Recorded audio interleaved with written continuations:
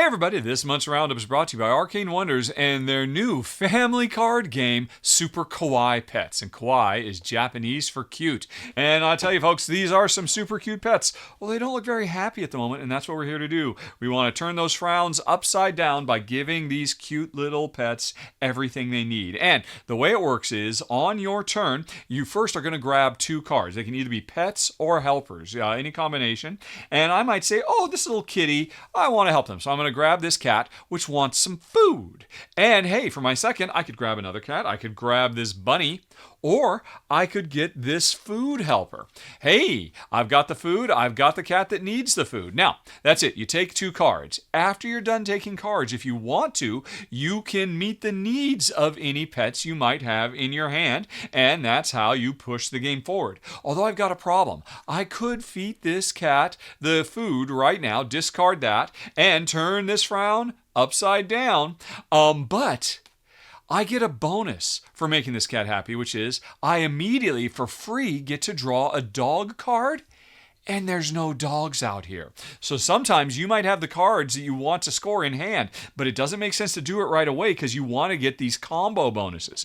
So even though I could feed the cat, I'm going to wait for a second and my turn is over. Then it's your turn. We refill the area. There's a new helper, some more food, and oh, there's a turtle. Oh, this sad turtle. Okay, and so it's your turn, and you might say, well, hey, I could go on ahead and grab this cat. This cat needs love, and you could go for that, or you could go for something bigger, like this bunny rabbit, which is worth 6 points, while the cat is only worth 2. But this bunny rabbit needs love and a lot of food. Let's say you're going to go big. You take the bunny rabbit, and now you could take the love or the food card. You can see there's a love card out here, so I better grab the love while it's available because somebody else might grab it. And now, your turn is over because you cannot meet the needs of this bunny rabbit yet and score those 6 points. But, that'll come later, and not only will you score 6 points, but if there's a care card out, which there is, you'll be able to get it for free. All right. So then we refill, and yes, there's a dog. Okay, it comes back to my turn. And you better believe, oh, no, I'm not going to grab that dog. First of all, I get to take 2 cards. You know what? I'll take the other cat. And now this cat needs love. There is no love out there. But, both of these pets need food, so let me go ahead and grab some more food. And now, I will play this cat. I will feed the cat, so that's gone. The cat is happy. And I get to draw a dog card for free. And it just so happens there was one, so the timing worked out perfectly. And now on a future turn, if I make this dog happy with 2 love and food, I can grab any blue card. You can see there's 3 colors, green, pink, and blue. So this one is a very powerful card. It's worth 5 points and lets me grab any blue card. So you want to make those combo chains. But while you're waiting for those combo chains, you're always in danger of your hand getting overloaded. So that was my turn. Now there's one more thing to bear in mind. Hey, I've got a kitty. You're wondering, what about these locations over here? Well, this fluffy bed, which is worth 4 points and will let you draw another blue card, you can only grab these locations when you've got the right pets. I've got 1 cat. I want to help a second cat and a bunny rabbit. If I get all of those, I could snag this. Now, the only bunny rabbit that's come out so far, you've grabbed it. That's what you were thinking. I'm going to grab this bunny rabbit so I could go for this comfy bed. But hey, if I can just get one more cat taken care of, and I have 1 more cat, I could grab this box, which would hold 2 cats. If I later on make this cat happy, they can both go in here, and now I'm looking at 4 points total. And that's how it goes until one player has gotten enough happy pets and locations to trigger the end of the game, and whoever has the most points wins. It's a very simple, clean, easy to teach, fast, family-friendly game. Although it can be a little bit more. If you're looking for a slightly heavier game, you can at any given time have 4 pets you're trying to help. So it gives you a little bit more flexibility, and everything else plays the same, except there are extra points at the end of the game.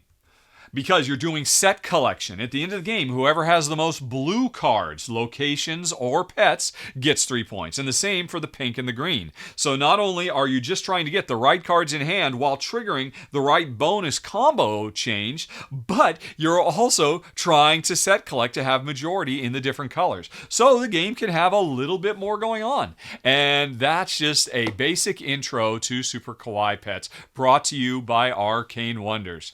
And now, folks, It's time to round up them games. What did Jen and I play through the month of May? I've got 17 games to talk about today, and like always, I'm going to be doing a countdown form from my least favorite to my most favorite, so I will end with a new game of the month, which I gotta say, this month's game of the month was a huge surprise to me. Kind of came out of nowhere, and I have a special shout-out thanks to make it happen. But as always, we got to start with the least favorite, folks, the heartbreakers amongst us, and let's not dilly-dally anymore. Let me tell you a little bit about number 17 on the list, Paper App Dungeon. And now, there is nothing wrong with this game. This is a very clever little roll and write.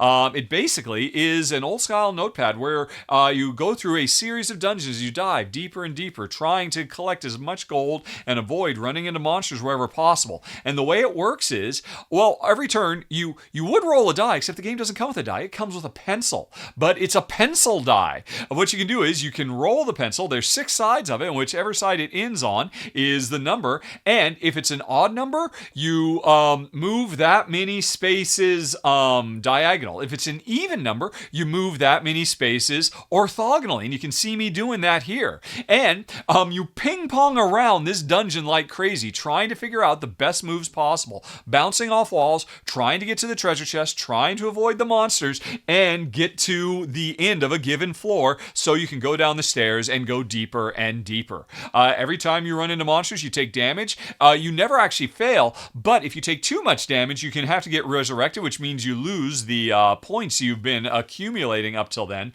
which would be terrible because every once in a while you flip to a new page, which I think I'm about to do here, and sometimes instead of going to a new dungeon floor, you go to a shop where you can spend all the gold you've been accumulating to give yourself special powers throughout. And look, I just made it out of there, and so I tally up my final points for that room, and I move on to the next one. And then we just keep going. Now, this is an excellent little portable solo-only game that you can play anywhere, and the pencil doubles as a die, which is super clever. Now, it is something you're only going to go through this deck, this notepad once, but I mean, there's a lot of dungeon gameplay you'll get through it, and it's a really low-cost game. And what's interesting is, every one of these dungeons is randomly generated. If you and I buy the same, if we both buy this game and we look through, every one of our dungeons will be different.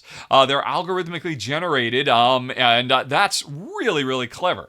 I really like that a lot. I love the extreme portability of it, and it's just a fun little game. Just like I said, ricocheting, bouncing around the dungeons and all of that, and if you finish it, you can always go ahead and just buy another copy. It's super cheap, and you will get your money's worth. So, why did it come in at the bottom of my list? Why is it number 17? I've only really got one problem with it.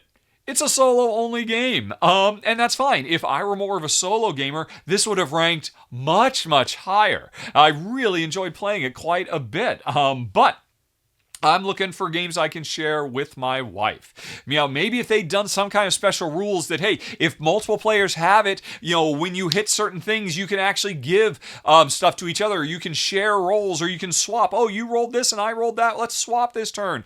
I mean, I wish there was a multiplayer, because this would have made it into my top 10 of the month, because the gameplay is fantastic.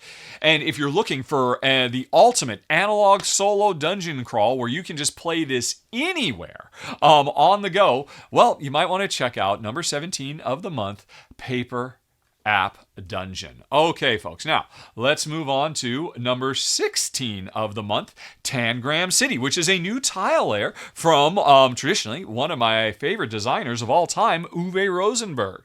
And you know, I've been up and down with him, and sometimes he's like doing stuff I don't like, sometimes he's made some of the greatest games of all time. This is certainly an excellent game, although it comes in at the lower end of the list. This really feels very much to me like Uwe's going for Spiel des Jahres win, you know, a super gateway game, because this is maybe the lightest game of his I have ever played. It's so simple, it's fast, it's a fun little tile layer, but it's super duper lightweight, which is why it comes in at the lower end for me. But it doesn't mean it's not incredibly clever, and this would be an excellent game to break out for board game newbies, because it's super easy to teach, and it's really satisfying. Here's what happens. Every turn, there are going to be 4 cards drawn that tell us what Tangram puzzle pieces we are going to grab and add to our own little growing city. And every time we put a new tile down, we can put it greenery side up for city parks or building side up for more housing. And it's very important as we build that we try to maintain balance, because at the end of the game, you can get a huge bonus if you've got the exact same number of green spaces as brown spaces. So that's one consideration you have. But also, at the end of every round, after each player has put 4 tiles in, we are going to do interim scoring based on our biggest contiguous rectangle. So you can see there, me, I'm on the right. I'm trying to keep my rectangles tight so I can score more points, while Jen's making trouble for herself by having empty holes, although she just filled that hole in. And so she's going to score a bunch of points there too. Now, this is all pretty straightforward. It's nice, it's simple, easy to teach. Here's where the game gets clever in its design. There's going to be 4 cards revealed. It's different based on different player counts, but in a 2-player game, how I played it, 1 card is face up, 1 card is face down, and then each player gets a card. So I look at this card. So right at the beginning of the round, I know 2 of the 4 tiles I'm going to have to play. And Jen knows 2 of the cards. I can see a face-up one. I know 1. Jen can see a face-up one. She knows 1. And then there's... So, I start out planning, right, okay, based on these 2, how am I going to start trying to expand? But, of course, eventually I'll find out the card that Jen's holding, and I'll find out the face-down card on the table, too. So, you have imperfect information as you start to plan. And this really does elevate the game quite a bit. Although, still saying very firmly in the family-friendly gateway Spiel des Jahres level games. And I think for that, it does a phenomenal job. Actually, Jen liked it a lot more than me. I thought it was just a little bit too lightweight, a little too streamlined.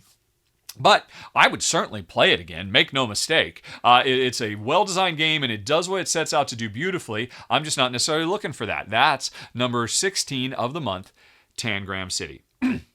Alrighty, now let's move on to number 15 of the month.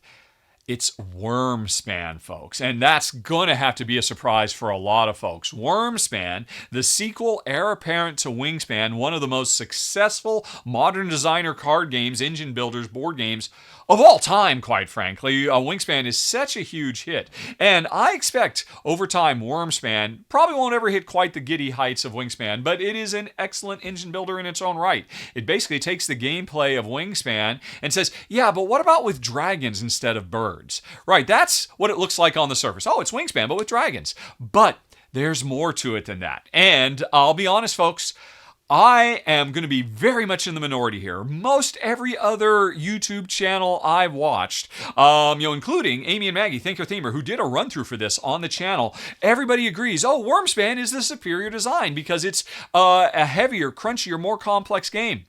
I say no. I say it's a great game. Again, I would happily play it if you want to play it, but given my choices, I would always play Wingspan over Wyrmspan because I would not say that Wyrmspan is a heavier game. It is just a more complex game. They took the core, simple, clean, elegant gameplay, engine building gameplay of Wingspan and just added a bunch of extra stuff. And all that extra stuff gets in the way of the engine building. And I have to admit, Wyrmspan has made me appreciate now Wingspan to a much greater degree than I ever did before, because Wingspan is to the metal. You are playing cards and running engines, boom, boom, boom, over and over again. You build a big, powerful engine. You want to run that engine. It's so cool and satisfying to do it. And it's why Wingspan is such a huge monster hit. And Wyrmspan says, hey, oh, did you come here to build a lot of really cool engines, but with dragons instead of birds? Well, hold on there. Let's slow down a bit. You'll still get to do that, but you know what? Before you can build your engine, you're going to have to do some logistical work. You're going to have to, in Wingspan, you can just play the cards if you can afford them, and then you're up and running super fast. It's a high-velocity game that you just get more and more powerful throughout. This is a slow-velocity game. It is a slow burn, because before I can play a dragon instead of a bird, I have to spend extra time and effort and resources to clear out a cave for the dragon to go into. Then I can play the bird. Okay, fine. All right, so it's just one extra step. No big deal, right? But eventually you're still going to run your engine of dragons, right? And you're going to tuck cards and get eggs and all that kind of stuff you do in Wyrmspan. Sure. But here's the other thing. Okay, let's say it's a little ways into the game and I've started to build a good engine, although it's taken literally twice as long for me to make a comparable engine in this game as it did in Wyrmspan. So I run it, right? That's great. And then I want to run it again because I've got this great... No, hey, let's slow down. Let's say every subsequent time that you run your same engine, you have to start paying. You have to pay more money. And resources and energy and all that. And every time you want to run your engine, you got to pay more, and it gets progressively more expensive, thereby disincentivizing you from doing the most fun thing in all of Wyrmspan, which is run engines that you've built. So it takes twice as long to build your engines, and then you only get to run your engines about half as much as you do. And don't get me wrong, this makes for a more puzzly and more complex experience, but I would not say it's a deeper experience at all. They are both comparable in levels because you're still competing on objectives and there's still additional stuff you're trying to do. And for my money, Wyrmspan, for my tastes, I should say, is superior because I now appreciate just how brilliant Wyrmspan is to just let you go, quick, up and running super fast. And as the game, and also I love how in Wyrmspan, the game accelerates. As you get more powerful and your turns would get more complex, well, the game starts speeding up towards the end. Wyrmspan goes the other way. You start out not being able to do very much, and over the course of the game, you get to do more and more turns. And I like that less. I like that Wyrmspan speeds up, while over time, Wyrmspan slows down. All of these things combined make it, it's still the same core DNA, and it's a great game. I would happily play this anytime, but I would much rather play Wyrmspan. Now, there's other things too. I appreciate... First of all, some people say they really dislike the card design of this. I think the card design is great. It has a very iPhone app aesthetic to it that is clean and easy to read and works nice. Some people hate it. I thought it looked great. I had no problem with that. But what I don't like is, in Wyrmspan, I love reading all those factoids about the birds. And they've come up with a bunch of factoids for the dragons here, even though they're fantastical creatures, of course.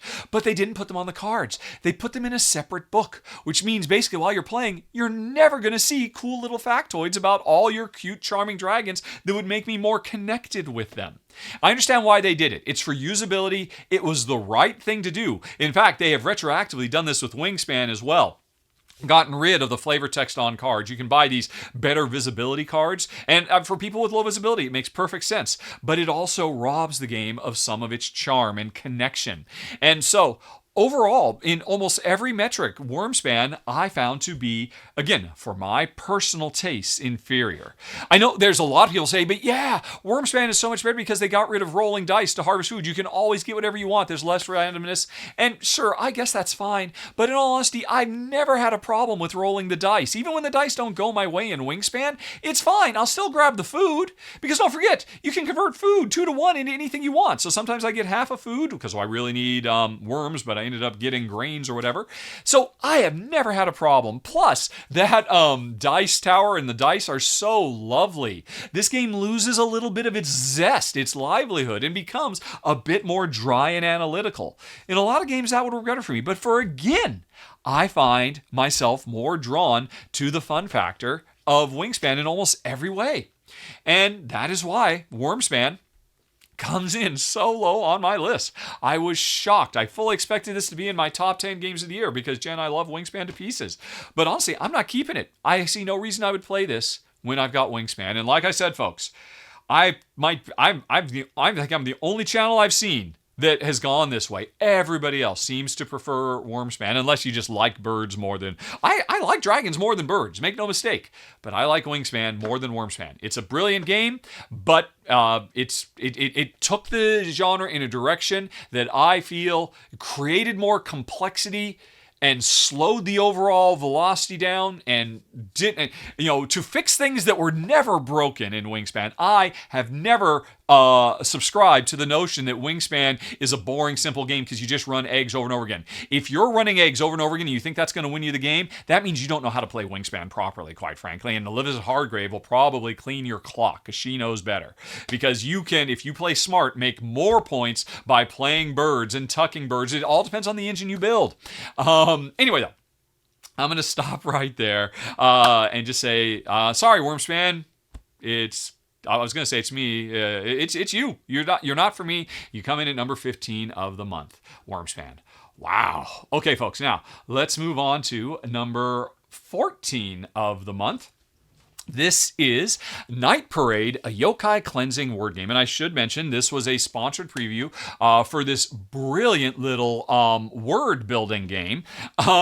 That sets us in kind of a fantastical, I believe it's Japanese bathhouse, trying to fulfill the needs of our clientele, a bunch of spirits who have come to get a nice scrubbing down. And the way we do that is by rolling 15 dice. Each player has 15 letter dice, and every round, your bathhouse is going to be full of anywhere from 1 to 5 yokai spirits, and each one of them has a different need, like starts a word that starts with the letter B, or a word that has 2 vowels next to each other, or let's see, what's that one that's on screen right now? 2 or more, or you use dice of certain colors.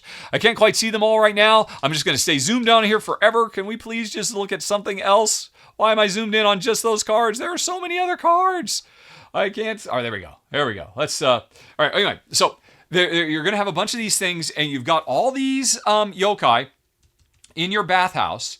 And every round, we're going to draft more of them. More clients show up. And we have got to get these things bathed as fast as we can, because more will show up in the next shift. And if we can't find room for them, we lose points because they end up getting discarded. So you're constantly trying to find the best word you can that meets the needs of as many yokai in front of you as possible. And sometimes that means making big, hard, complex words with 7 or 8 letters. Sometimes, heck, in the run-through I did with Alex, the most powerful word of the day I did was SOY, soy, because it was the perfect word that meant the need. I needed an O. I needed only one vowel. I needed to start with an S. I needed to use a Y. And somehow, with the dice I'd rolled, soy took exactly what I needed to do, and it cleared out, scored most of my cards, and it set me up for the next round.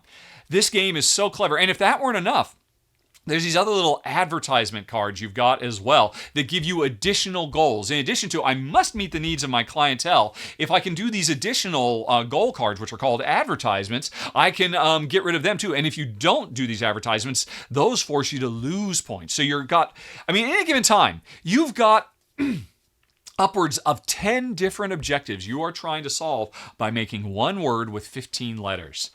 And that is a brilliant puzzle. Jen loved this game. This was one of her favorite games of the month, and I liked it a lot. Now, I got to say, word games are just not my favorite. If I were a bigger fan of Scrabble-inspired games, this would have made it into my top 10, even my top 5 of the month. It's only because I struggle with these. Oh, and I was worried with this that I was going to struggle even more, because 15 letters to choose from, that's a lot. Especially when some of them are wild and some of them are multi-use, like the letter U can be rotated and become the letter C. The letter Z can be rotated and become the letter N. There's cool little tricks like that. And I thought it would ruin me. But fortunately, I played with Alex and I played with Jen, both of whom are better at word games than me. And I love the fact that this game comes with a co-op mode. And that so elevates it. If I were evaluating this only as a co-op game, again, I would rank quite a bit higher because then players can help each other. But its default mode is a competitive game, so I figured I should rank it as a competitive game, and there, personally, I would struggle. It's brilliant. It's charming. It's quirky. It's funny. You can, actually, my run-through isn't up yet because it's going to be crowdfunding in a couple of weeks. So when my run-through comes out, although you could watch it early if you're a backer of the show on Patreon or here as a member of YouTube, you can watch all my videos weeks early. But when the video comes out, play along and see if you can come up with better words than Alex or I could. Alex, it turns out, is a wunderkind when it comes to word games, and he helped me quite a bit, and I really enjoyed my time. Again, if this were only a co-op game, it would rank higher. As a competitive game, which is its default mode, it is still brilliant. It is, on that rarest of things, one of the few word games I would happily play. And I have played it with people who love it. Look at that huge word I just made. I'm so smart. Again, with Alex's help. But anyway, currently, because I personally struggle with word games, I've always struggled with Scrabble. It always makes me self-conscious. Night Parade comes in at number 14, but it deserves more. It's not you, Night Parade, it's me, and you are absolutely brilliant. Now, let's move on to number 13 of the month, Pillars of Heracles. Now, this is another thing I did a sponsored preview for. This is a 4X game of kingdom building in the ancient Grecian times. We each control a society, and we are trying to do all of the X's: the explore, the expand, the exploit, and the exterminate. And this is not normally the kind of game I would play, quite frankly, because that fourth X is just a turnoff. Inevitably, you always come to blows, and players fight over land and all that. But here's one of many things that sets Pillars of Heracles aside. The way player conflict is handled in this game is brilliant, because there is a skirmish mode where you can have traditional, oh look, I'm literally burning your cities to the ground and killing all your troops, but the default mode doesn't work that way at all. The default mode says, oh, you can raise an army and you can move them around, and that lets you conquer territory, so you can build cities and different buildings, give you special powers, and create navies that let you sail across the Mediterranean or the Peloponnese Sea. It's a two-sided board, so you've got two different layouts. This is the full Mediterranean side. I'm showing you right there. And that's all great. Eventually, you will find yourself moving into a zone that somebody else has gone to first, and they had developed, and they've built all this infrastructure, and it's a place for resources for them, and they've got a city and all this stuff. And still, I could have built a really strong army, move in, and in any other game, I'd steal all that stuff from you, or I'd just destroy it. Not in this game, because what effectively happens is I just become your landlord. If I have the most power, which is buildings and troops and ships and all that kind of stuff, whoever has the most power in a given zone controls that zone. But whoever built all the stuff in there, they still get to keep their stuff. So if you've got a nice lucrative area and I move in, I don't affect you at all. I don't hurt your stuff. I don't destroy your stuff. I don't steal your stuff. I just kind of become your landlord. You don't even have to pay me rent, though, because me having the most power in a zone doesn't affect you. You still get to use all the toys you built. I just get a passive income from the game. And I love that. This game, and if you ever feel like, I want to get that, You can always move more troops in to become more powerful than me, but we pretty much never come to blows. We never directly attack each other. I kind of likened it to, we've got shared custody over these things. Hey, we're both in a given area, and me, I'm getting the passive income. You're getting the active bonuses you get from the buildings you built and all that, and everything's copacetic, and I love it. A 4X game for Care Bears. That's what this is, and it's awesome. But that's not all. I've only told you half of it. What the other thing is, right there on screen, is the way you play this game. This is a multi-use card rondelle game, where every turn you're going to play a card from your hand. It tells you how far you move on the rondelle to tell you what your core action is going to be.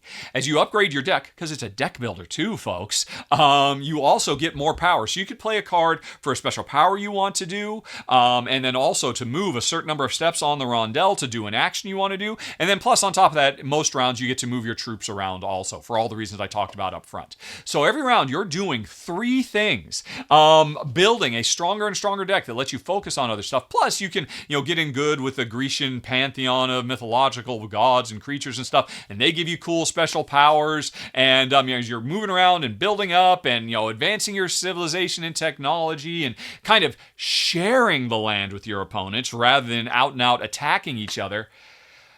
This is an amazing game. This is a 4X game that is 100% full of Euro mechanisms that is driven by live and let live. And I love it. For me personally, this would rank much higher. I'd put this in my top 10 of the month again. I'm knocking it down a little bit because when I played it with Alex, I was in love with it. Then I went ahead and played it with Jen. Still, I loved it, but my wife's like, yeah, I'm just not crazy about moving troops around and conquering things, and it's just. And so it gets knocked down a few times because, sadly, as much as I love it, my wife wouldn't love it, and she'd just rather play Nations. Honestly, and I agree with her. As much as I appreciate the way they've handled the moving the troops around on the board, moving troops around and trying to do area control is one of my least favorite things. And so while this one does it so well, I would have been happy if they just abstracted away the map altogether and just had the brilliant rondel deck building stuff, because that's the beating heart of the game, and that stuff is amazing. And if it was multi-use card deck building rondel stuff, yes. Moving troops around on the board for area majority, okay.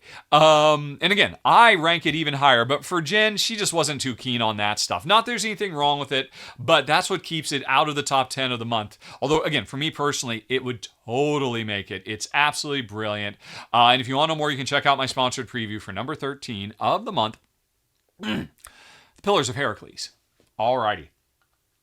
Now then, let's move on to number 12 of the month, Kinfire Delve. Oopsie doops, what is happening here? I just had Delve on the screen. Oh, there we go. Let's jump back over to it. Sorry about that, folks. Kinfire Delve. As you can see, this month I did an exclusive video for backers of the show where I actually played 3 dungeon crawls, Kinfire Delve, Paper App Dungeon, and another one that I'll be talking about a little bit later. They're all here in one long video, so YouTube just reset the video, unfortunately. It's available for members only. If you consider backing the show, you can see cool exclusives like this all the time. But anyway, no need to, because I'll still tell you what I thought about Kinfire Delve. It's actually a cooperative game from Kevin Wilson set in the Kinfire universe. It actually has a few different spin-off titles. It's got a really great narrative adventure co-op game. It's got this very, very cool upcoming competitive worker placement game. And now this is a cooperative hand management card game, and it works great. I really enjoyed it quite a bit. I played it solo in this run-through. I played it with my wife as well. We both thought it was a blast. What we're doing every round in this game is we've got a hand of cards. And this game is really best as a multiplayer game. It works well as a solo, but it's most fun because it's my turn. There's a big bad guy we're trying to get to at the bottom of the dungeon. It's surrounded by different things we have to defeat. And once we defeat all the entire deck of cards, we get to the big bad and have the final fight. So on my turn, I play a card. This card might have a special power on it. It gives me a certain amount of damage I can do to one of the target cards. Some cards are weaker against other cards, all kinds of stuff. But the important thing is I play a card. Often, that card won't be enough to defeat the target I choose. And that's when I look around the table to my teammates and say, hey, does anybody have any cards they could help me with? Can you support me? Because these are multi-use cards. There's the main function of them if I use them as the lead player. But instead, there's an extra function at the bottom of every card that says, if you discard when it's not your turn, you help the active player. And so, this game is full from start to finish of players working with each other, coordinating our actions, me saying, I think I could take that out, but I just need a little bit of help. Do you have, I've got this +2, but I'd be giving up this card. Am I going to do it? And the thing is, you have a deck of cards, and every time you play a card, you do not refill up your hand. Every once in a while, Concordia style, you can take a break and have a rest turn and refill your hand, but that speeds up the bad guy and gets us one step closer to doom. So we're trying to get the most use out of our cards as we can, but we're still trying to make smart decisions about which bad guys to beat, working together with our fellow players. And I really liked it a lot. There's actually 2 games that have come out so far. Each game has a single boss and 2 different heroes. And you can mix and match these games to have different heroes go up against different bosses or have different combos and whatnot. There's a 3rd one that's coming soon. And yeah, it's a great little series. It's a lot of fun. I only had one complaint, and it's just a personal complaint. And again, it's what keeps it out of my top 10 of the month. Everything I just said, I love. And if the game were just that, again, I'd rank this much higher. But at the end of the day, after I play my cards and you play your cards to help me with my cards and all of that stuff, I've then got to roll dice. And the game doesn't need it. The game is so clever and so smart that it doesn't need this extra, okay, we're going to make this plan and it'll be great if the dice go the way they are probabilistically supposed to go. Sometimes they do and sometimes they don't. And honestly, I just wished it wasn't there. I wish we could just get rid of the dice and say, look, we're just playing everything is preordained, deterministic. And okay, when I play these cards, I know them. I know we'll beat this, and it's just all about that. Putting those dice in, there's nothing wrong with it. And I know a lot of people love rolling dice. Hey, I like rolling dice too. But I like rolling dice at the beginning of my turn and then deciding what to do with it. Rather than what Delve does, and what so many games do, is I spend my entire turn figuring out what I'm going to do, and then I roll the dice to see if the dice let me do what I want to do. There's nothing wrong with that, and I enjoy myself here. I'm just saying this is what keeps it out of the top 10, is those dice. They're fine, they're nicely implemented, and so for people who love this kind of stuff, it makes perfect sense. But it's just what keeps it out of the upper echelon for me, and that's why Kinfire Delve, the series, pick any one you want. There's 3 of them. Comes in at number 12. And now let's move on to number 11 on the list. The Guild Academies of Valeria, which is the latest big box game in the Valeria universe. And I always enjoy playing a new Valeria game. They always work out really well, especially if it's from designer Stan Kardonsky, who previously did probably the greatest Valeria game to date, Shadow Kingdoms of Valeria. And I draw parallels between Shadow Kingdoms of Valeria and Guild Academies of Valeria because they're both by Stan. They're both in the Valeria Card Kingdom universe with awesome art by the Miko. And they are both entwined dice drafting games, which is awesome. I've recently discovered entwined drafting is one of my absolute favorite things. And I love dice. As I mentioned earlier in this very roundup, I love rolling dice at the beginning of a round, then deciding what to do with them, rather than doing a bunch of stuff and then letting the dice decide whether I achieve. This is, at its heart, a game where we are running a university for adventurers in the fantastical fantasy kingdom of Valeria, and every round, the first thing we're going to do is we are going to draft a die, which represents students of our academy, from one of 4 depots. And whichever depot we choose, we get the die. We have to pay for the die, which can be very expensive. The more powerful the die, i.e. the higher the number, the more we have to spend, and money can get very tight in this game. But depending on which dock we got the die off of, we also activate one of 4 different powers. And those powers are tile laying to build up our academy, hiring the professors we need to teach these students, and also exerting influence over the local council to give ourselves access to special powers that we can use throughout the game. And like Shadow Kingdoms of Valeria before it is excellent. It is full from start to finish of agonizing decisions. And if anything, I would say this game is heavier because in a given round, you are only going to grab 3 dice from 3 of the 4 docks. And your first turn every round, and you're going to play through 4 rounds, is already thinking about, right, if I can get that die plus that die plus that die will let me recruit a professor. If I get that professor and I get that building, I can have that professor teach these students that I'm drafting right now in that building, and it'll be really great because once we've trained these dice enough, which is to say they keep on raising in value from 1, 2, 3, 4, 5, 6. If once they make it to 7, they graduate, and then that means they can go out and perform quests and score lots of points for me as well.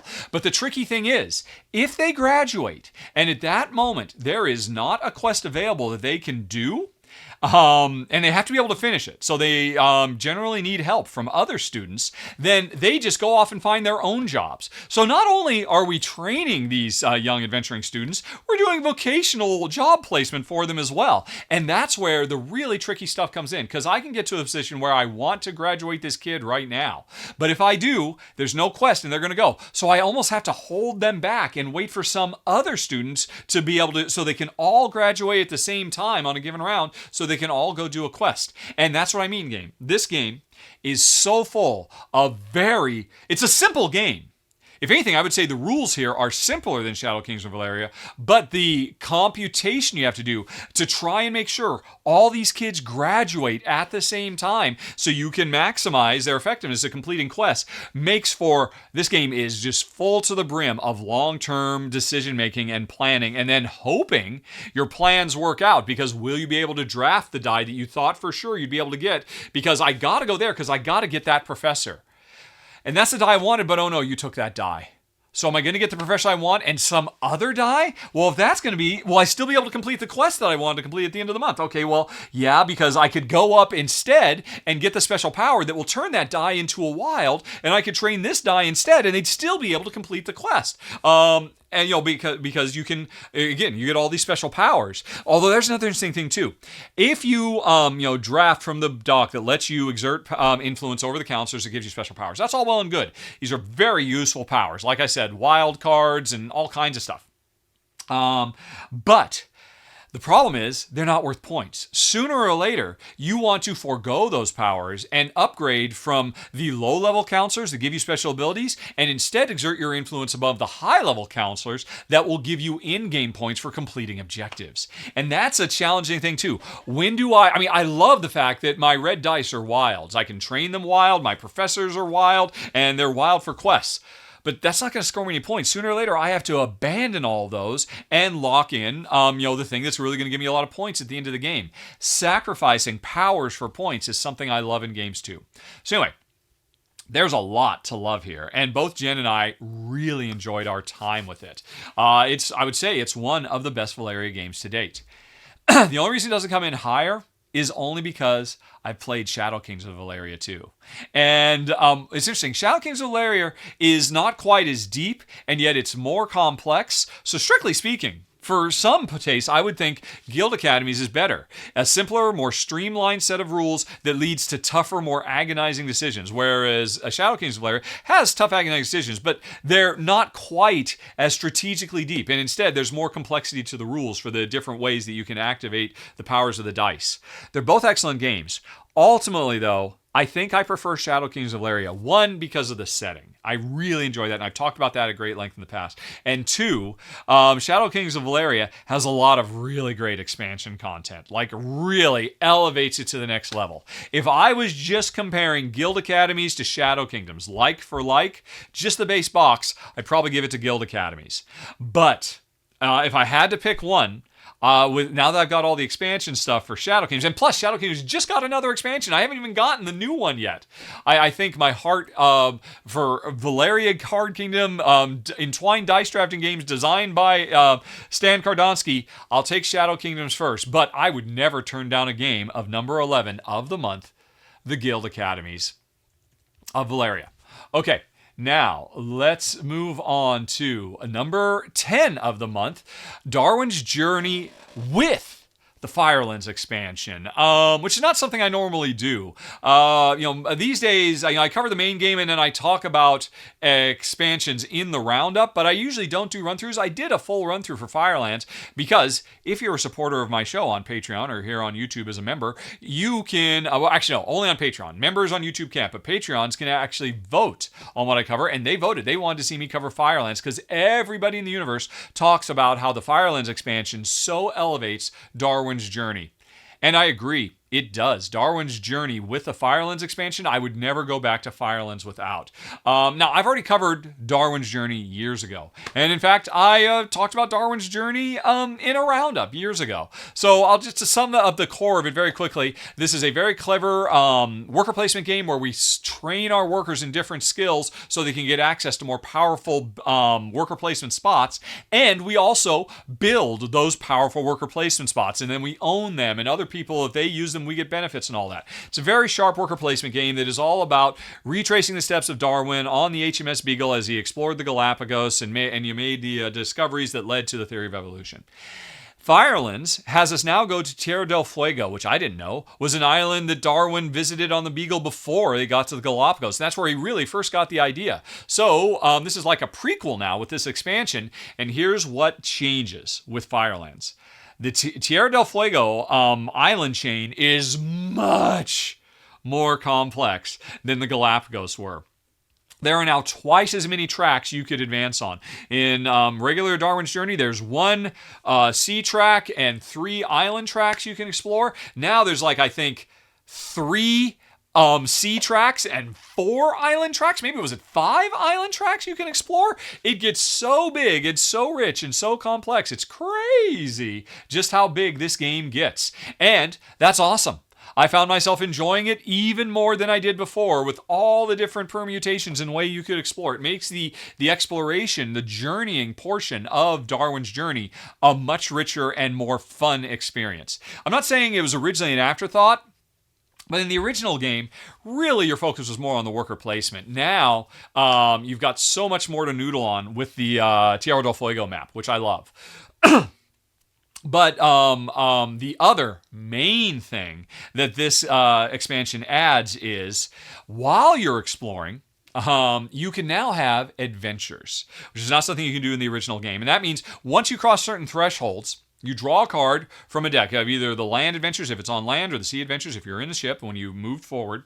And the card has a number. And then, you saw it earlier. Let me see if I can. You look up the number on a list of adventures.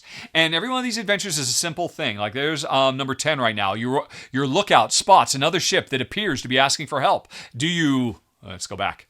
Do you change course towards the ship to provide assistance, or continue on your way and ignore the ship? Now, that's the story that's told. But you can ignore the story. You don't even have to read the story. You can just look at the card, and it says, hey, you can spend 3 time to make 4 points and 4 coins. And money is super tight in this game. And of course, victory points win you the game. Or that's if you change course to help the ship. Or you can spend 3 coins to gain 2 time back and collect the token itself off the board, which means nobody else can have that adventure if they come later than you. And I gotta say, folks, this has got to be one of the coolest, most innovative things I have ever seen in Euro design as a way to bring cool, fun, atmospheric storytelling into what is otherwise a very dry and dusty and intellectual puzzly exercise. Other publishers, other designers have done this. Like most notably, I think Alexander Pfister is renowned for coming up with ways to introduce very simple story narrative into his already excellent Euros. And I've always been a big fan of that. But he does that by creating these little mini campaigns where as you go through a story, more things get added to the game. And I like that a lot. But man, this adventure system could so easily be retrofitted into pretty much any Euro out there. I mean, I've often talked about how I hate event cards in Euros because you're going along, you're doing your thing, you draw an event card, and well, maybe it helps you, maybe it hurts you, maybe you get lucky, maybe you get unlucky. I hate that. This is what this game is doing too, but it's so brilliant because every one of these cards always has an option that will help you. But maybe you'll get lucky and you could do the A instead of the B. Or maybe even though you could do the A, you still want to do the B, the universal thing. I believe it's usually, you can always do the B, but you can't always do the A, or maybe it's vice versa, I forget. But just from a mechanisms point of view, it makes event cards palatable. Just the idea that, hey, when event cards come up, you can do the one or you can do the other. Guaranteed, one of these will help you. And maybe the other one will help you more and you can't do it, but you'll get something guaranteed. That just makes event cards better.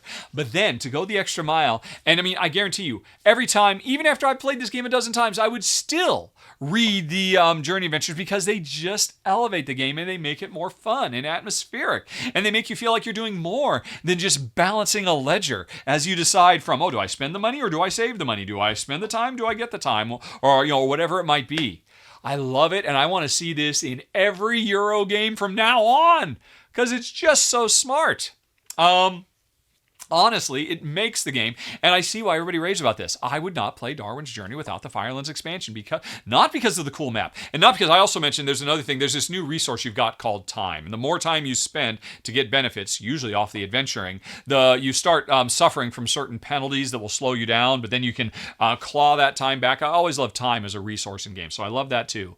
But it's really the adventures that elevates this, and I hope the rest of the industry, because I mean, heck, there's other games on this very roundup I'm filming this month that would have benefited from this adventure system and made their games better too. So it's a quantum leap forward in Euro design as far as I'm concerned. Now, all that said, I do have one problem with it that keeps it a bit lower. I rate these things based on my response and my wife's response. And for Jen, that Tierra del Fuego map was too much. It was too complex. It was too busy. It was too overwhelming. And she found herself wanting to go back to playing without. But she really wanted the adventures, which means you got to play with the Tierra del Fuego map, which means you got to play at the deeper, heavier, crunchier. I mean, you could almost say I mean, the complexity level of this map is Byzantine. It's so labyrinthian, trying to figure out the best paths you can take. And it really, for me, I loved it, but Jen found it to be a bit overwhelming. And so we're kind of in an impasse. I want the adventures.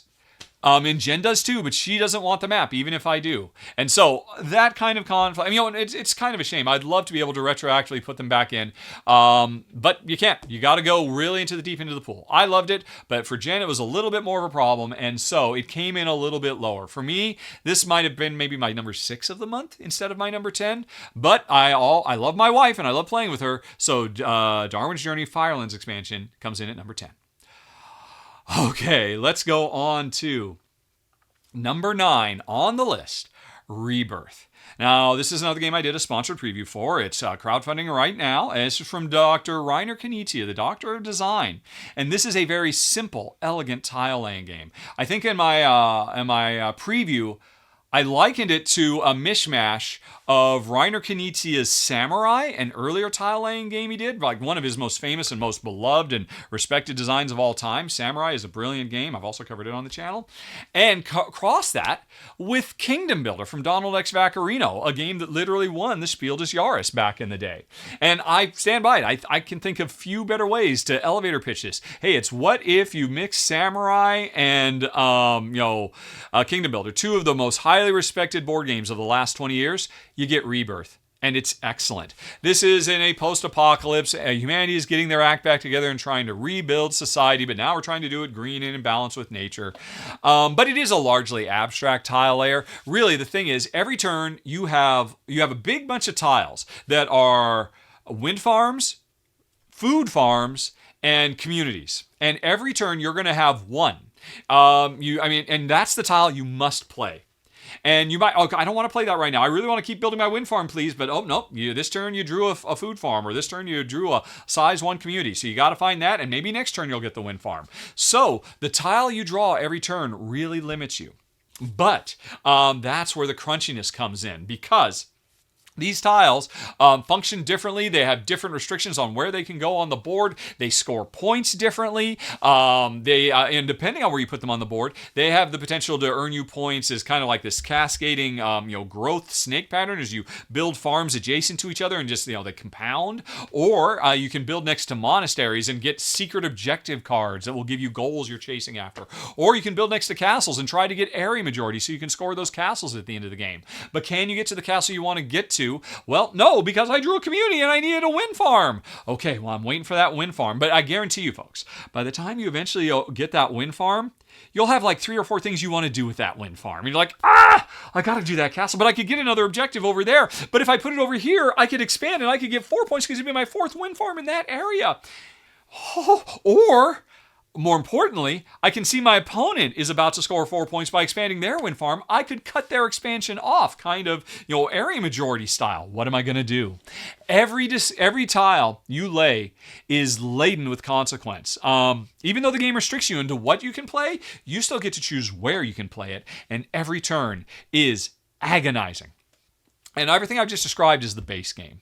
And the base game, I liked a lot. I really respected the heck out of it. It's very lightweight. It is, this is, if ever I've seen a shoe-in for the Spiel des Jahres, it's got to be Rebirth when it eventually makes it, whatever year it ultimately makes it into Germany, because it's just so brilliant. And I think Rainer Knizia is about due for another Spiel des Jahres win. The man is a genius, and this is a genius design. Now, this game ultimately has the potential to rise in my rankings too, because I believe on its crowdfunding campaign, it has unlocked a stretch goal to make the board two-sided. The base game you play in Scotland, everything I just described. Now you're going to be able to flip the board and play on the Ireland side as well. And as I understand it, the Ireland side adds a lot more complexity, extra cards, extra all kinds of stuff. And I cannot wait to give that a try. I've only gotten to play the introductory version of the game, and I'm rating that a 9. Someday, I hope to get a chance to play the Ireland map, and that might take it to a whole nother level. But even still, both Jen and I were super impressed. And like I said, I did a sponsored preview. You can check that out right now. That is number 9 of the month, Rainer Knizia's Rebirth. Now, let's move on. No, let's not move on. Let's say one more thing about Reiner Knizia's Rebirth that I have to shout out from the rooftops. And this is a doffing of my cap to publisher Mighty Boards, because another thing that's great about this game is it's got lovely little miniatures for the castles and the monasteries of the land, and they're going to be made with rewood. Rewood is a new manufacturing approach that takes waste wood from other manufacturing, repurposes it, and makes awesome little miniatures that are pretty much as nice as plastic miniatures, but they're made from bio-friendly and glue and waste wood. So it's like the ultimate in green, reusable, sustainable production methodology. This is the second game ever to come out. The first one was from CGE. It was Kutnahora last year, and I've seen the Kutnahora pieces, and they are awesome. So I expect the pieces of this game to be absolutely amazing too, and it ties in with the theme of rebirth as humanity learns to live in harmony with nature. That's what this game is doing. It's putting its money where its mouth is. So I got to give a shout out to publisher Mighty Boards for going the extra mile. Okay. Fine. That's number 9, Rebirth, and now I kind of spoiled number 8. Sorry about that. Number 8 of the month, folks, is Boblin's Rebellion. And I gotta say, this one really surprised me. I went in expecting it was gonna be okay. A simple little, what would you call it?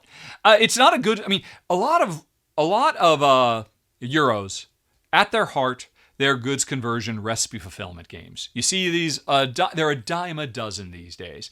And honestly, I looked at this and saw, oh, it looks really cute. It's about goblins trying to overthrow their evil dungeon lord by training themselves to level up so that they can beat bosses and or reclaim their caverns and score points, right? A competitive little game. And the biggest part of the game is drafting cards that you can then activate, or that either give you special ongoing powers or that you can activate to do things. And so you have some cards that do things, and you have other cards that supplement those things, so they become more powerful. And really, everything you're doing in this game is taking these cute, adorable little goblin cubes. The sweetest little cubes you've ever seen. They've all, you don't have to put the stickers on. They come I don't think they're stickers on. Maybe they're, I forget what the term is. But anyway, they're cute, adorable little green cubes with little goblin faces on them. And you've got your own board, and wherever you put that goblin represents whether it's just a stickler, a basic goblin, or a slinger, a ranged attacker, or a sparkler, a wizard goblin, or I forget the name. They're cute little names for different strengths and goblins with different strengths and weaknesses, right?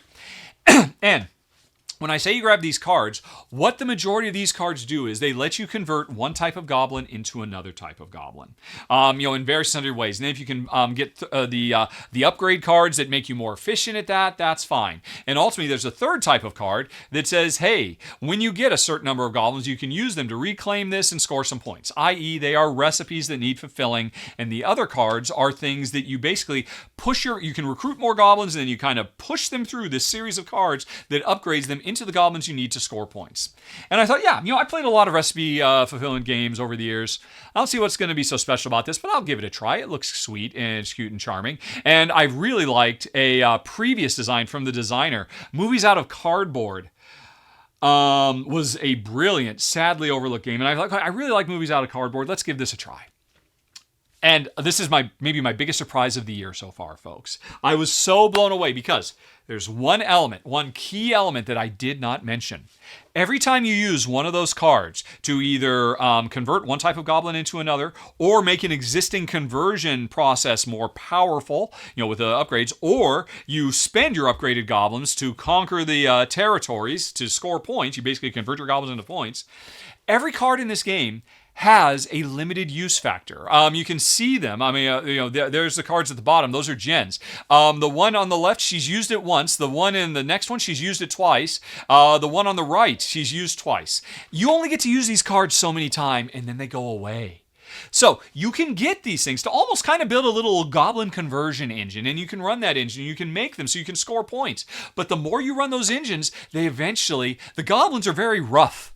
and they end up accidentally destroying these cards, and the cards go away. But when the card gets destroyed, you unlock a bonus, like, drafting other cards or getting free high-level goblins and stuff like that. This extra step that you can build effectively a goblin engine, but that engine is constantly getting destroyed, means you're constantly having to pivot and switch from one thing to another. And hopefully, what you built out of your old engine can now work well with your new engine as you grab more cards, because eventually these cards are going to wear down and break. But when they do, you could be planning on that. You could be, how can I run this one more time? Because I want to get, this is the only way I can get a stabber, the most powerful goblin. And so if I could, I've got to find a way to run this thing one more time, which means I got to recruit some more. And this really elevates the game. This game is already incredibly charming, but there is surprising hidden depth. This so elevates above and beyond the typical goods conversion recipe fulfillment that we've seen so many times in so many games. Like I said, as of today, it is my biggest surprise of the year. I highly recommend it, folks. And it turns out this designer, he's a Greek designer. I can't remember his name. It's a very hard to pronounce Greek name. But watch for him, because this is a lovely little game. My number 8 of the month, Boblin's Rebellion. Then let's move on to number 7 of the month, Effortless. Prepping for Adventure. Now, this is I did a sponsor preview for this. It's going to be crowdfunding within a week or so you'll be able to see my videos soon, although you can see it right now if you're a supporter of the show, because supporters get to see videos early, without ads, by the way. But regardless, what is this? This is a game where we are trying to train ourselves to become super ultimate heroes by exerting effort. What you do is, every turn, you take one of your cubes, and if I recall correctly, you have 20 cubes, which means you're going to take 20 turns. Every turn, you're going to take one of your effort cubes, put it on one of the 6 locations that are going to be uniquely created every time you play. There's always 6 locations, because you've got these locations and then you've got adjectives. It's a location and a modifier. And what you do is you mix and match. So like in the video I'm playing right here, I've got crowded tunnels, and I've got, that's the one that's at the bottom. Let's see, do I ever zoom in so I can see them a little bit better? Because I'm actually looking at this on a tiny screen, so I can't quite see them. Although actually right here is showing. The thing is, you can mix it, the Quiet Library and the Lively City. Hey, that's fine. There's a power and there's a way to score, but you can mix and match these things, which I'm about to do, and shuffle them up. So instead of the Quiet Library, it becomes the Treacherous Library. Instead of the Lively City, it becomes the Eerie City, or whatever. And so, the first thing I gotta say that I love about this game is, every time you play it, there are so many ways you can combine, because there's I think the base game comes with 10, then there's a couple expansions, so there's ultimately close to 20 locations and modifiers, and you have, and every time you're going to play with 6, there is so much you can do, so much replayability, because the location is a special power, the modifier is a way to score. Right? So as part of setup, you create a completely new landscape of 6 combinations that you've never seen in this particular layout before. Then you start playing, and on your turn, you're going to take one of your 20 effort cubes, you're going to put it on one of those 6 locations, and that means you activate the location. You then get to draft a card, because every card has 1 or 2 cards that, and we're trying to collect cards, because these cards represent our progress in becoming a better hero, increasing our strength, our dexterity, our constitution, our wisdom, our intelligence, and our charisma. Yes. All the great Dungeon and Dragon attributes. So we're trying to grab cards that make us better in all these attributes, but we're also trying to grab cards that let us collect armor. We are trying to grab cards that give us items that, if we are strong enough or smart enough or wise enough or dexterous enough, we could actually use these items and get points out of them. So every time you place a cube, you're considering, what special power do I want, whether I go to the library or the caverns or the city or whatever it is. But also, I want to go there because, I want to grab that particular card because it's going to be part of the obsidian armor I'm trying to collect. But then there's a third thing, folks. At the end of the game, once the game is over, all players will have deployed their 20 cubes to all the different locations, and then that's when the modifiers come in, because there's an area majority game too. So I want to go to the Eerie Library because I don't really want that power. That power's not very useful for me right now, but I can get the card I need, and whoever has the most cubes there at the end of the game will score huge. So I'm trying to make sure I've got I have more cubes than anybody else. And so every cube in the base game has 3 functions. It's multi-use worker placement, basically. That's awesome. That's just the beginning, because then one of the expansions adds a 4th use where there are bad guys, threat tiles that start showing up at each of the locations. And there's a 4th reason you want to go to a given location so you can fight that monster and score more points. And then there's another expansion available for it that adds unique player powers. Like here, I'm playing with Orc Mercenaries as an example, but you could be a fairy merchant or whatever it might be, and so you get special powers every time you play too. So there's more replayability built in there. But then the expansion with the monsters also, and this is what really puts it over the top, turns it into a cooperative game. And just wow. I mean, this is already great as a competitive game. Just what's in the base box is amazing, but the expansions that are made would just so elevate this. I love this game. Jen loves this game. We both had a blast playing it. This is the game I played most this month because I just kept replaying it. It has a great solo mode that is very fun and fast to play. And you just want to keep playing. Oh, let's try this combination or this particular special powers and all that. Watch for my run through, folks. It's coming soon for number 7 of the month. Effortless, prepping for adventure. I hope it blows up big on Kickstarter because it deserves it. Okay, now let's move on to number 6 of the month. Sorry about that. Number 6 of the month is Next Station London. And first of all, I should say, I am way late to the party on this. This came out years ago, but I recently visited Dan King, the Game Boy Geek, and he gifted me some games that he was done with, and he gave me this, and I've wanted to play it ever since I forget if it got nominated or if it actually won the Spiel des Jahres a few years ago. I forget. But either way, it's a huge honor, a big deal. And so, I'm late to the party. I have not done a run-through for it. But Tia of Tabletop Toki did one, so I'm just using her video so you can see what it's like in action. And by the way, folks, if you have not checked out Tia's channel, if you like watching me do run-throughs, go ahead and subscribe. You will enjoy watching Tia do run-throughs as well. She does a great job. This is a wonderful thing demonstrating. What is this? Well, first of all, it's ranking very high. It is a roll and write or a flip and fill. So every round, you're going to flip a die or card, and bingo style, everybody says, oh, looks at that card and says, okay, I get to make a connection to that type of station, whether it's a triangle or a circle or a pentagon or a wild, and you can choose anything. And you're just trying to extend your route and do various things like cross rivers to score points, and get into different sections of the map to score points, and various and sundry things. But here's the thing: when you start playing, you might start playing with the blue pencil. And by the way, Tia must have updated herself here because she's got pens. The game does not come with pens and a dry erase board. It comes with pencils and paper. But you might have the blue pencil because at the beginning of the game, you're making your blue rail line, right? And you're trying to score as many points as you can for it. Eventually, you're going to go through the entire deck of cards. And then you and everybody else is going to score their lines. And I score my blue line, and then I'm done with it. And then I take my blue pencil and then hand it to my neighbor, and my neighbor on the other side hands me the red pencil. And now I'm going to start all over again. We reshuffle the deck, and now I'm trying to make the best red line on the same map. And you better believe, however I put the blue line is going to cramp my style. Although if I can, I want to make my blues and my reds and all 4, because ultimately you're going to do 4. It's like you're going to play 4 mini games of route extension, route building on one single map. And the longer you go, the tougher it gets, because the tighter it gets, because there's less and less space for your future ones. But every time you get a new pencil, those pencils come with special powers as well that you get to use. So you want to make the most out of it.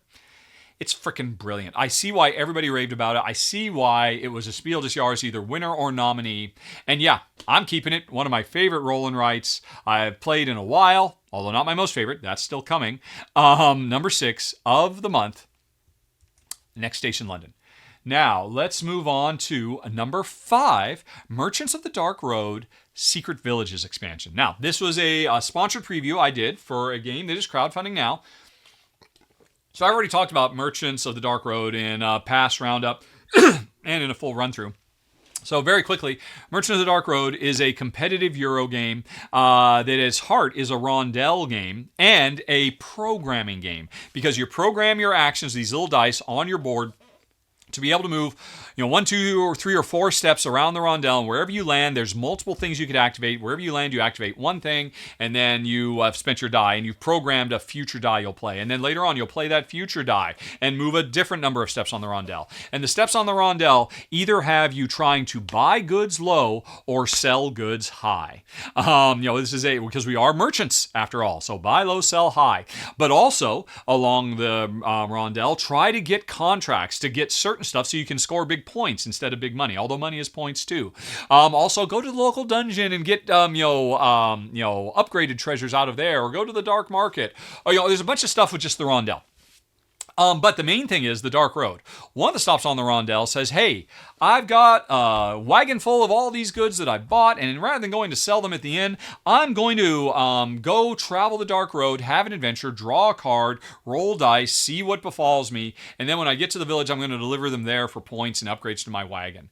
And the trick of the game is, everybody can see I'm building up for a big trip to Farglen. I've got passengers that want to go to Farglen. I've got contracts to go to Farglen. I've got a wagon full of stuff that will fulfill those contracts. People know I'm about to go to Farglen.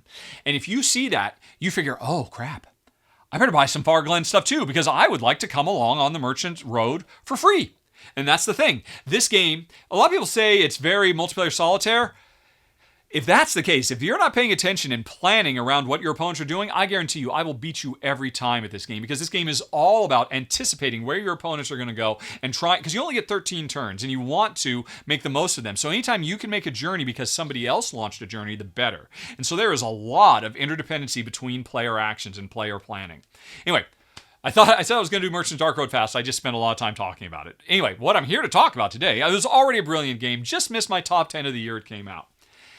If the Secret Villages, the new expansion, had been there, I'm sure it would have made my top 10 of the year, because this enhances everything. It makes everything that the base game did better. It adds new secret villages, which ups the chances that players are going to want to collude and go on separate trips together. It introduces this new rumors module that makes some of the areas that maybe weren't quite as exciting more powerful and palatable to go to. And there's more long-term planning, because you can collect these rumor tokens, and then when you sell goods to heroes so that they will join your caravan and then join you on the trip to Farglen, you can also give them rumors you've picked up to get extra bonuses.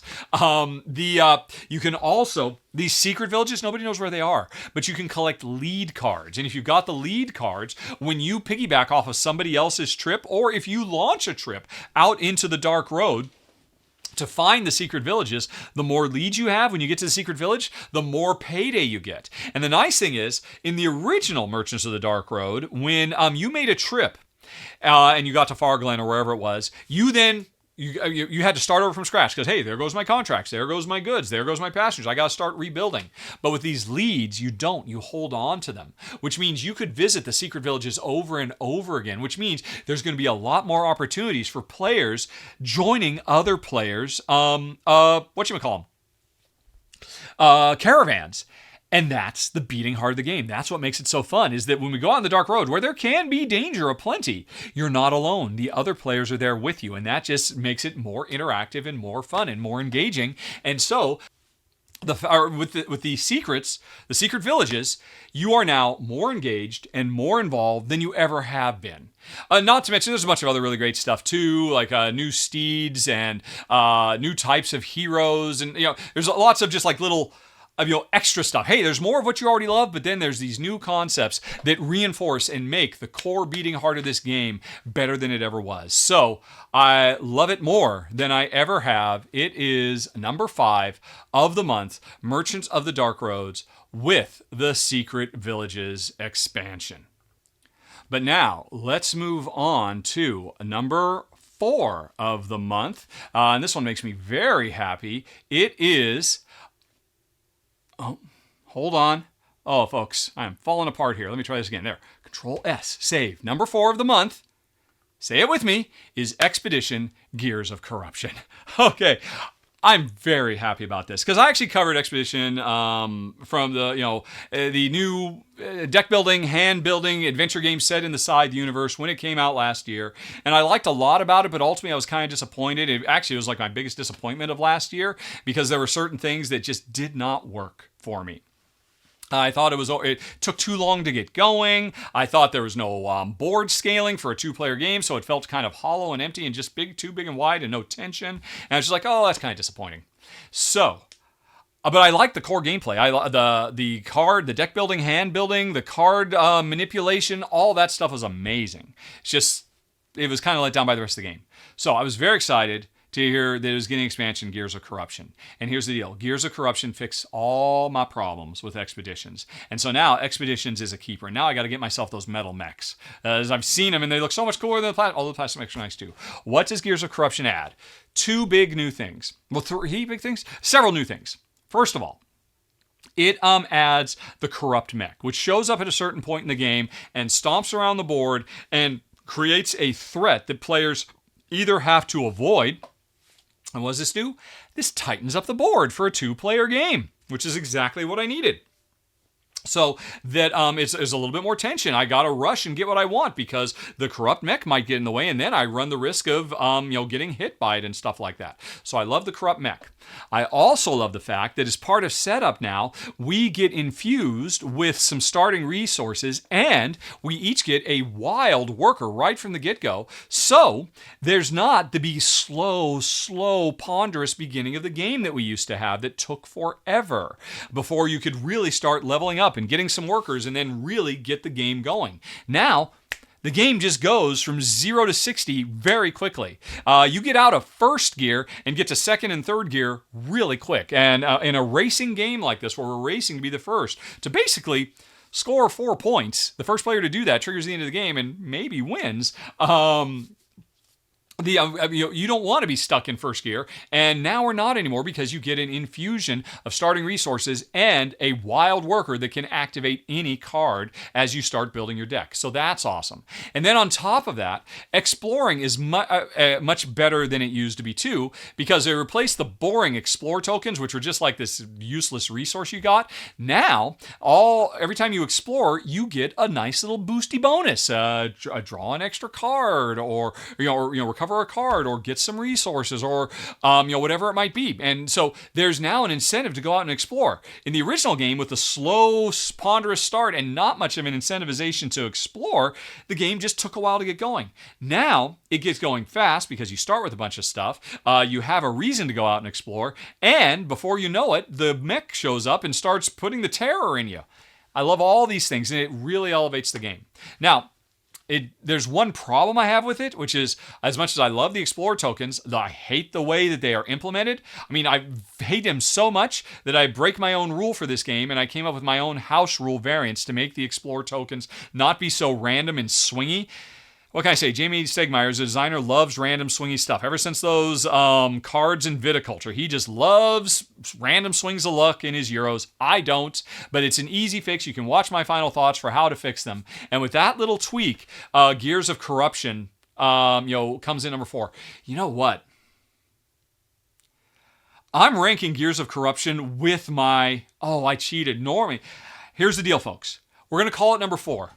But it's not. With the rules as written, I would say Expedition Gears of Corruption comes in probably at like my number 8 or my number 9 of the month, something like that. Maybe even number 10, because I really hate the way that the map tokens, they should be awesome, and they're almost awesome, but instead they're terrible.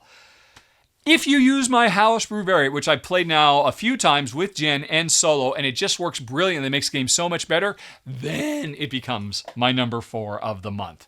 But as it is, my number 4 of the month should have been what I just talked about a second ago, and I didn't quite do it justice. So my apologies there. Watch my run through, my final thoughts. The links for it down. The links for everything I'm showing you today are down in the show notes, by the way, if you want to see more about these games, folks. But anyway, my number 10, but we'll say if you use my house rule, my number 4 of the month is Expeditions Gears of Corruption. Okay, now let's move on to number 3, Paper Dungeons Side Quests. Now, I've already covered Paper Dungeons in the past. I have said in the past, and I still stand by this, Paper Dungeons is the best roll and write dungeon crawl game on the market. There's somewhere between half a dozen and a dozen of these, and I've played most of them. And this is the best one by far. It so eclipses all the other ones. And it was already a great game, and now the Side Quest expansion makes it even better. And the reason this is so good is because it uses dice correctly. In most games, you do whatever you want, then you roll the dice, and the dice tell you whether you succeed or not. In this game, you don't do that. You roll the dice, and then you look at them and you say, right, okay, based on those dice, I'm going to use that die over there to achieve this goal. And every round, you're going to roll 4 dice, and the dice have different results on them. They have different colors, and they interact with, what is it? There's 1, 2, 3, 4, 5, 6, 7 different little mini progress meters you're working on. Very gone, shown, cleverish. And you're trying to progress on these different meters while also just trying to explore the dungeon. But these meters give you more items you need to fight the monsters. They make your party stronger to survive the monsters. They keep track of how many treasures you're collecting as you travel through. And the core game is already brilliant. I've talked about it in a previous roundup, so I do not have to belabor it very much. I absolutely love it. But what does this new expansion add? Well, it's right there in the name, folks. Side quests. Every time you play as part of setup, there's a couple of side quests set. And so in addition to all the stuff I just described that you're already doing in the game, now you are paying attention to how will those side quests work for you, because it used to be you were very myopically focused on just a few things. Get to all 3 bosses and defeat them. But now, in addition to those bosses, you can ignore the side quests if you want and instead try to just really focus on the bosses and whatnot. But ideal play means you're also trying to level up your party so that you can fulfill the requirements of these side quests. And every time you play, you get a different combination of them, and that just encourages more broad branching, and you'll see players, go off and experience different things and try different things and all of that, and it just ups the replayability of this game hugely. But that's not all. In addition to, you're up against 3 big bosses. Now there are lieutenant mini bosses you have to deal with. It changes the way traps works and makes them more deadly. It adds a bigger, more complex dungeon that you can explore as well. There's a new sheet of paper that gets kind of redesigned every time you play. And it's just fantastic. The core game was already phenomenal. The new game is even better with all these cool new ideas like lieutenants and side quests and treasures to go out and chase after. I love everything about it. I already love the base game. It is just, it was already the best of its genre. And now it's more firmly cemented that than ever before. Number 3 of the month, Paper Dungeons Side Quests. Okay, now let's move on to number 2 of the month, Ada's Dream. Now this is a very big, complex, heavier, probably the heaviest game we played this month. Maybe? We're certainly in the running for heaviest game we played this month. One of the heaviest we played of the year. And I did a sponsored preview for it, and it's phenomenal. And it's interesting, too, because these days I find my wife often struggles. Not that she isn't smart enough, she just, to handle big, heavy, crunchy games. She's a better player than me. But we've got so much going on in our day-to-day life that it's sometimes these really complex, like, Vital Lacerda level, heavy, complex Euro games, she can just find, this is a bit too much for me. I really can't focus on this right now. I've got too much other stuff. Ada's Dream bucks that trend. It's a big, heavy, crunchy game. It's like 4 games in one, and yet Jen wants to come back for more. It's about us being assistants to Ada Lovelace, widely regarded as the first computer programmer in human history, as we are trying to help her build. It's an alternate history where Ada Lovelace did not die young, and so she was able to achieve her goals of getting the analytics engine, the world's first computer, steam-powered computer, actually built. In real history, it didn't happen because she died in her 30s, if I recall correctly. But anyway, it assumes a world where Ada lived long enough to realize her dream, and we help her do it. And we do it in a workshop, which is a rondel full of multi-use dice. How am I not going to love this game? On your turn, you pick one of the spokes of the rondel, you pick a die out of there, you move it to another spoke, and then in that spoke, you claim one. So you can't just see the die that I want and grab it because it's got the right value, it's got the right color.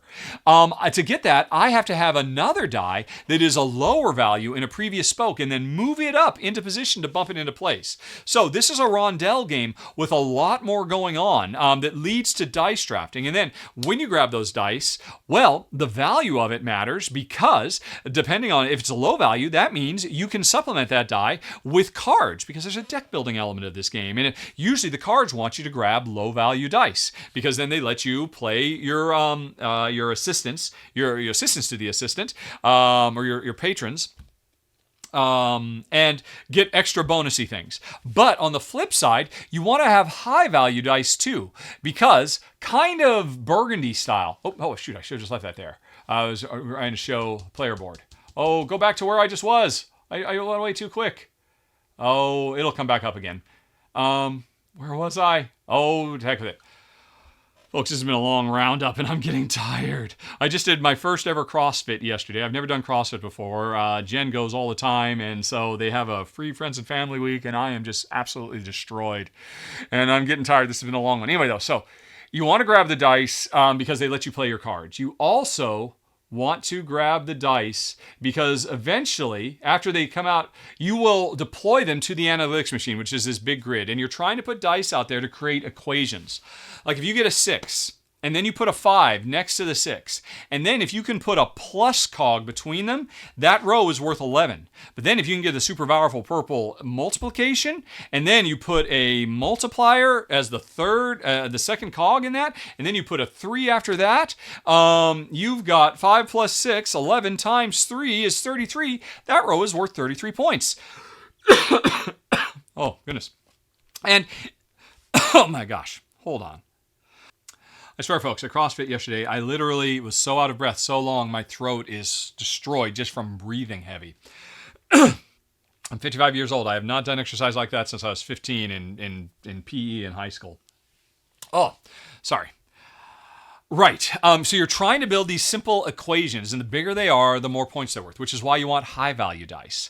Or if you can't get high-value dice, get those high-value multiplier gears so you can multiply the low-value dice to high values. So that's like one big thing. And, the machine has, 3 rows and 2 columns, right? No, 3 rows and 3 columns. So you could ultimately have 9 different equations you're trying to build by drafting the dice and plugging them into the right place. But that's just the value of the die. Then you care about the color of the die because the color of the die will let you activate different regions of the board. Where there is a travel around the countryside of England giving speeches at universities. There's the hanging out in coffee rooms influencing big scientific minds of the day, i.e. deck building. There is hanging out with Ada and, getting these powerful cards that make it more powerful to plug certain types of dice into your equation. So suddenly, I don't want a high value equation in this. I want to have an escalation. A 1, 2, 3 would score me a lot of bonus points. Even if it doesn't make much off the equation, it'll make much because I programmed an extra programming card into that row of the machine. Never mind the fact that there are tasks that she'll give you that say, hey, when I go and do these tasks in other locations, I get other bonuses as well. I mean, I haven't even covered. There's pretty much too much for me to sum up right now. Let me just sum up by saying it's brilliant. And the thing that makes it most brilliant is even though it's so big and so expansive and has so much going on, like 5 games worth of stuff, really 6 or 7 games worth, because just that building the analytics engine could have been a whole game by itself. And then you got 4 other smaller games bolted on. And yet, this is the amazing thing. So I started with Jen, it's approachable. It's a hardcore heavy Euro, don't make any mistake. But because the theme is so strong and everything makes sense and everything, feels like it, has relevance to the real world and the real history, it just comes alive and it just goes so smoothly. It's right up there with the best of the Sarda's designs. Sometimes Lasarda can get a little bit too complex for his own good. I'm looking at you on Mars. But other times, it's chef's kiss perfect. I'm looking at you, Gallerist. And Ada's Dream is right in that sweet spot for us. Jen loved it. I loved it. It's my number 2 of the month. Ada's Dream. Okay. Well, folks, I have one more game to tell you about. And it was the biggest surprise of the month for me. My number 1 game, the game of the month, is Mindspace. Yes, folks. A sweet, charming, adorable little roll and write is my game of the month. And man, I am late to the party. It came out last year. This was another game that I was given as a gift by Dan King, the Game Boy Geek. Go check out his page or his channel if you haven't already. He is great. He's a good friend to me, and I very much appreciate this because this is one of my favorite roll and writes of all time now. It probably goes into my top 10 favorites because, well, I like the theme, even if it is fairly abstract. What we're doing is we're drawing Tetris-y type shapes into a grid to fill them up and, jigsaw puzzle together them. And what this represents is us trying to fit different thoughts and emotions into our brain. The grid is a brain. The different shapes represent different, brain processes, and we're trying to squeeze them in. But every time you play, you've got 3 random objectives. Like here, it's try to achieve empathy, do your passion project, and minimalism. But the game comes with a whole bunch, and every time you get a different combination of goals. Those tell you one of the ways you can score points for each of them by getting certain colors that represent emotions as opposed, or different thoughts or whatever, get them into certain places or fill certain areas or do certain things. So you've got a different combination of objectives every time you play. But each color that you can play, because the game comes with a bunch of, blue, orange, green, purple, and violet, right? You've got those. Each one, if you use one of those pieces, scores in a different way. You want to get them into different areas, or they give you money to unlock special bonus powers, or they all have different things. So each color has its own way to score. Then on top of that, there are 3 different objectives that you're trying to score every time you play, and all that's nice. We've seen this kind of stuff before. What really elevates this game is, once again, I'm reminded how much I love conveyor belts in games. Conveyor belts, I think I have to call it now. I think conveyor belts are my favorite mechanism in all of board gaming, eclipsing entwined drafting and multi-use dice and rondels and everything else.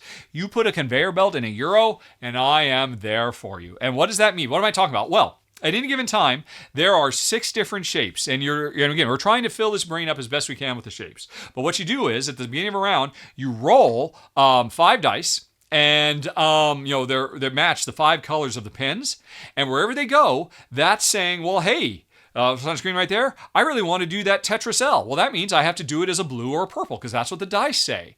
I want to do the L, but I can't do blues right now, because the one big restriction is you cannot put the same color next to each other. So where I want to put that L, I can't make it a blue, but I could make it a purple.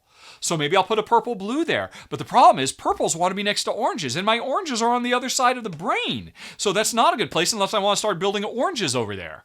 And anyway, so I make a choice. I pick one of the dice, a color, and a shape that matches the color. I draw that in, trying to complete all the different objectives I'm going for, because there's so much to keep track of. But then after we've done that, we take the rightmost shape that was available, the long straight in this example that's on screen right now, that gets flipped over, gets turned into a little boring 1x2, which is in the 6 space. Everything else slides over, and a new card is revealed. A new shape. And then you re-roll the dice. I'm just waiting for me to do this, and apparently I'm just never going to do it. Could we just fast forward a little bit until I show the conveyor belt working? There we go. All right, so away goes one, everything slides over, a new shape comes out, we re-roll, and all of a sudden, for the next round, we have an entirely new puzzle. Right, okay, well, I went with the purple. Now I can do an orange, and the orange is the 2x2 square. And by the way, this is my last chance to do the orange 2x2 square. It's about to be removed from the game forever, and it's orange, and I took a chance putting that purple over there because I wanted to put the L shape in that spot to fill that region in, and the L fits perfectly with the 2x2 orange, so I'll take that, please, before that disappears. And that conveyor belt, because I want to get that 2x2. And when it first shows up, right now, what we're seeing on screen, I've got this longer L than normal. I could do that right now, but I know that's going to stick around for another 4 rounds. And maybe I don't want to do one. I really want to do a pink one. So how about I don't do it now? I wait for it to move on the conveyor belt, I roll, and then hopefully the pink will land on that spot, and I could do the pink one because I need to put a pink L there, not the blue L, which is what I could do right now. This conveyor belt tied into this, this 10-pronged different objectives you're trying to chase at once is freaking brilliant. Like I said, this blew me away. It's so simple, it's so clean, it's so fast playing, but it's the conveyor belt, that constant pressure. I've only got 2 more turns to make this shape, and then it goes away, and I've left this space open. Okay, I can finally do it. Oh, but I'd be putting an orange there. And I can't squeeze any purples in, so that orange, it'll still help a little bit, but it won't be able to play with the oranges. I shouldn't do it. Should I do it? This is my last chance because it's about to leave the conveyor belt. That puts this extra... I want to see conveyor belts in every Euro from now on. Every time they appear, they are amazeballs. This... idea of, it starts out when it first shows up on the belt, I've got all the time in the world to do it, but then time ticks forward. I love time being a big element of games, and that's what elevates Mindspace into one of the best roll and writes I've ever played, quite frankly. This game is absolutely phenomenal, and I've played a lot of roll and writes. I love them, love them, love them. And Mindspace is one of the best. Board game designers, work conveyor belts into your Euro designs. Please do that. The world needs more of it. It's the greatest mechanism in modern board gaming. And that's it, folks. Oh my goodness. Oh wow, I am so exhausted. I literally cannot lift my legs. So I am going to bid you adieu and say thanks as always for watching. Hopefully you enjoyed it. Hopefully I maybe introduced you to a few games you might not have heard before. Maybe surprised you as much as I was surprised myself. But that's it. I just say thanks to all of you for watching, and thanks to sponsor of the show, Arcane Wonders, with their wonderful little new game, Super Kawaii Pets. See you next month, everybody. Talk to you later. So long.